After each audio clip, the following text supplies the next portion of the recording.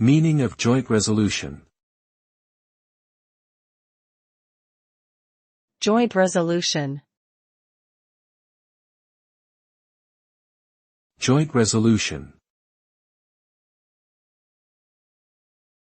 Joint resolution. Joint resolution. A joint resolution is a legislative measure that must be passed by both the House of Representatives and the Senate and then signed into law by the President, just like a bill. However, joint resolutions are often used for specific purposes such as proposing constitutional amendments, declaring war, or making appropriations. Joint resolutions are also used to address issues that concern both chambers of Congress, such as setting up joint committees or repealing previously enacted laws.